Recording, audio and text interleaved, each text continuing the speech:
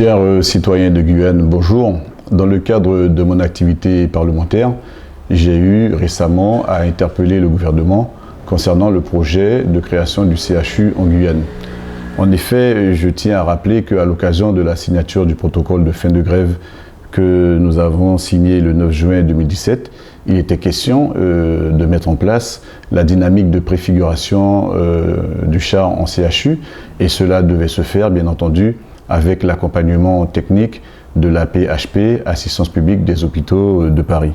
Et c'est en ce sens que Madame Florence Favrel, qui est directrice de la recherche à la PHP, s'est rendue en Guyane et qu'elle a eu l'opportunité, sur le plateau télé de Guyane Première, d'intervenir pour expliquer le sens de sa démarche et aussi expliquer les progrès qu'elle aurait pu constater sur le terrain. Bien entendu qu'il y a des choses positives qui se sont effectuées. Il n'empêche que je regrette très amèrement qu'elle ait annoncé de façon extrêmement péremptoire que le label CHU n'était pas un préalable pour pouvoir améliorer l'attractivité du territoire guyanais et faire venir sur notre territoire les personnels médicaux et les personnels paramédicaux dont la Guyane a tant besoin. Elle a par ailleurs énoncé une posture qui lui est vraiment très personnelle et qui ne prend pas suffisamment en considération les avis régulièrement formulés par les personnels de santé, par les politiques et notamment par ceux d'entre nous qui avions signé ce protocole de fin de grève en juin 2017. Elle a aussi également dit à 3 reprises à quel point elle avait été impressionnée par la manière dont les choses se passent sur le terrain. Alors moi, je ne vais pas prendre le contre-pied particulièrement pour dire qu'elle a tort.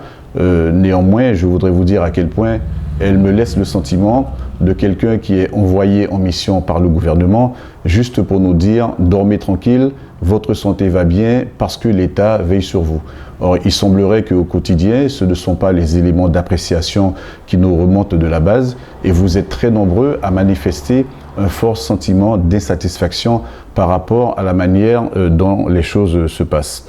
Je crois que cette intervention faisait suite à 2 interpellations majeures, celle du collègue sénateur Antoine Karam au Sénat et la mienne au sein de l'Assemblée nationale. À ces 2 interpellations, Adrien Taquet, qui est à côté de la ministre de la Santé Agnès Buzyn, a clairement dit que les conditions n'étaient pas réunies pour que le CHU voie le jour en Guyane. Je vous demande simplement de bien noter qu'à aucun moment dans nos interventions, il n'a été question d'exiger que le CHU soit construit en 2020 ou en 2021. Mais nous demandions simplement que dès aujourd'hui, nous commencions à réfléchir aux conditions qu'il va falloir réunir à l'orée des 10-15 ans à venir pour que le CHU voie le jour. Parce qu'il faut bien un commencement, il faut une continuité dans la réflexion, mais surtout dans l'action, si on veut amener notre niveau d'offre de soins vers les sommets attendus par la Guyane.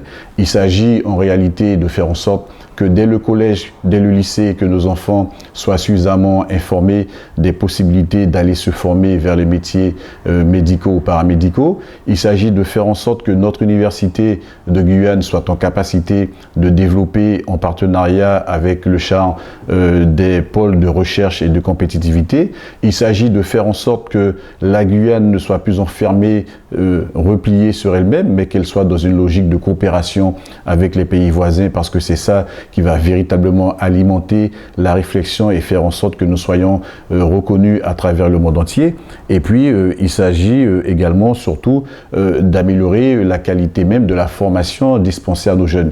Et par ailleurs, faire en sorte que les jeunes Guyanais déjà formés, qui sont médecins à travers le monde entier et qui éprouvent le besoin de revenir travailler en Guyane, puissent avoir la possibilité de le faire dans les meilleures conditions possibles.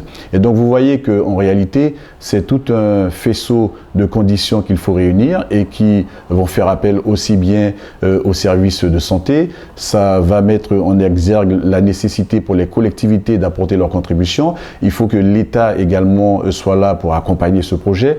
Il faut que les bailleurs sociaux soient également présents parce que effectivement la capacité, la possibilité à se loger est une condition sine qua non pour faciliter l'attractivité de notre territoire. Donc véritablement, il y a des conditions à réunir, mais ces conditions-là, si elles ne sont pas réunies aujourd'hui, eh bien, nous devons nous battre dès aujourd'hui pour qu'elles le soient dans la petite dizaine d'années qui nous reste à courir avant l'avènement de ce CHU. Et donc, croyez que nous serons encore vigilants, que nous continuerons à nous positionner, que nous serons présents à tous les instants pour faire passer le message auprès du gouvernement et lui faire comprendre que la santé, c'est un bien précieux et que la santé sur le territoire de la Guyane, ne se marchande pas et qu'il faudra que le gouvernement entende cette nécessité absolue qu'il y a dès aujourd'hui à nous mettre dans cette dynamique de préfiguration du CHU parce que nous en avons tous besoin. Je compte sur votre soutien. Je vous dis à très bientôt.